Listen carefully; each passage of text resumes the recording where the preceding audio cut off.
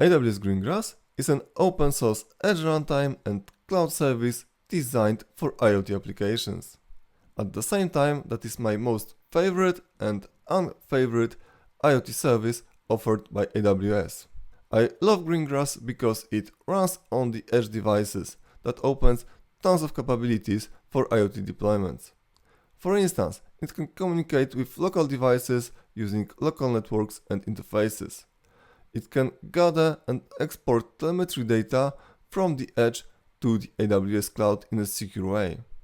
It provides remote software upgrade capabilities, which are essential for any IoT deployment. Even better, it can collect and analyze data where that data is generated, so at the edge, even if our Greengrass device is currently offline and not connected to the AWS Cloud. At the same time, Greengrass is my most unfavorite service. The initial setup is very challenging. Greengrass adds ongoing maintenance overhead to IoT initiative that uses it. It is very easy to break Greengrass configuration and pretty hard to fix it because debugging is not straightforward.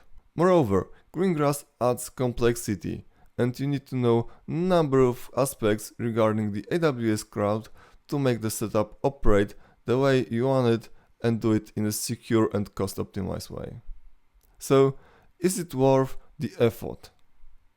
In my opinion, Greengrass is worth the effort of setting it up, of operating it, because it will pay benefits in the long run.